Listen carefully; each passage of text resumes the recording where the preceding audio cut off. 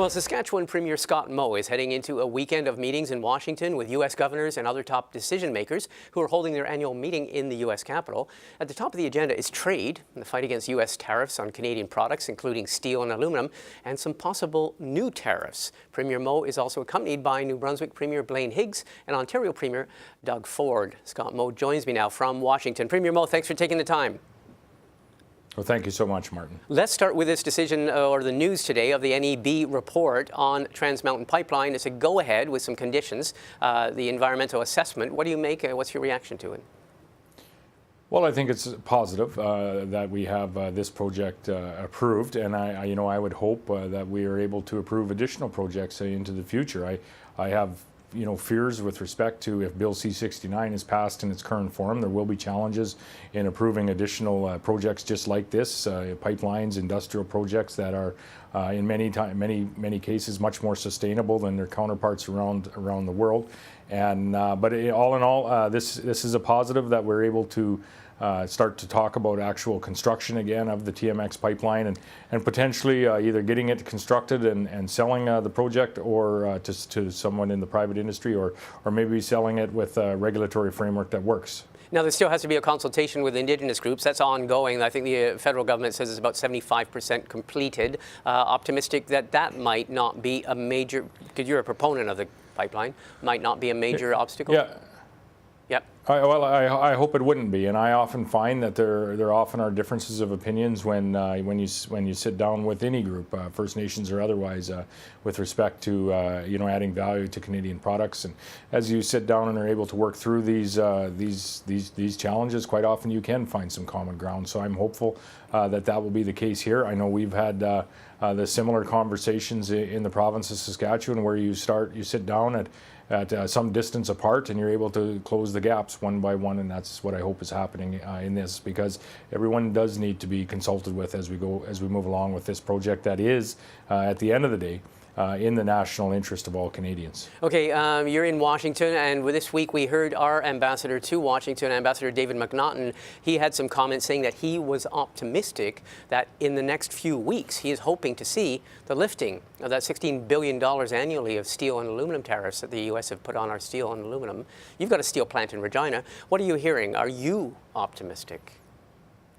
Well, you're right. We do have a steel plant in Regina, as we have a fairly vibrant manufacturing industry that's importing steel as well, either in the energy industry, in the mining industry, or most notably in the agricultural implement industry, building drills and grain carts and such. I am hopeful and I am optimistic that we will be able to at least come up with some discussions around a time frame on when we can remove the Section 232 tariffs on steel and aluminum.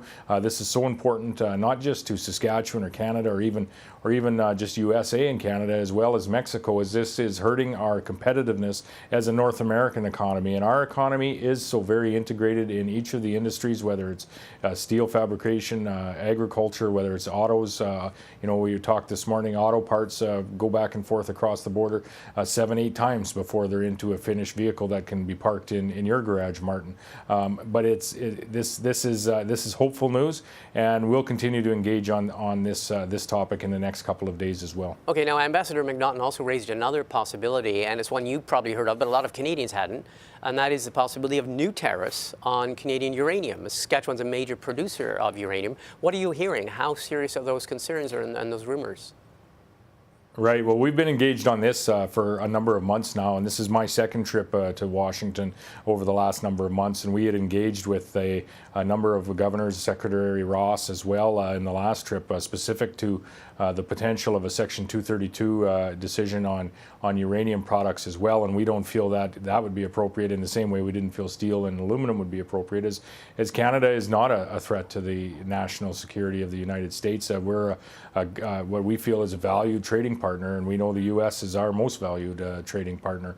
And the fact of the matter is we do supply uranium, Canadian uranium, which all comes from Saskatchewan. to a number of states so that they are able to generate emissions-free nuclear power in a number of states along the eastern seaboard and across the nation. And it's a relationship that we want to continue. And at the end of the day, not only are we a valued trading partner, we are a NATO partner and a NORAD partner. Well, how serious a threat is it, though? How serious is it? Well, it's been ongoing for some time. I mean, if you could have asked how serious was the Section 232 threat to the steel and aluminum industries a month before that came on, I'm not sure people would have thought it to have the impact that it does. So we've been taking it serious for quite some time and engaging on it on behalf of the people who work in the uranium industry in Saskatchewan. And there's a great story with respect to Indigenous engagement in the workforce from Cameco and Areva. So we've taken it seriously. We're engaging on it again this weekend. I just had a meeting with respect to that, and we're going to have some more. This is not the relationship that I think we need to have not only a strong trading relation, but a strong and vibrant and competitive North American economy in all of our industries, including the industry of nuclear power. Okay, well, on that note, I want to thank you, and we'll keep in contact. Have a productive weekend down there in Washington. Thanks for speaking with us. Thank you so much, Martin. You have a great weekend as well.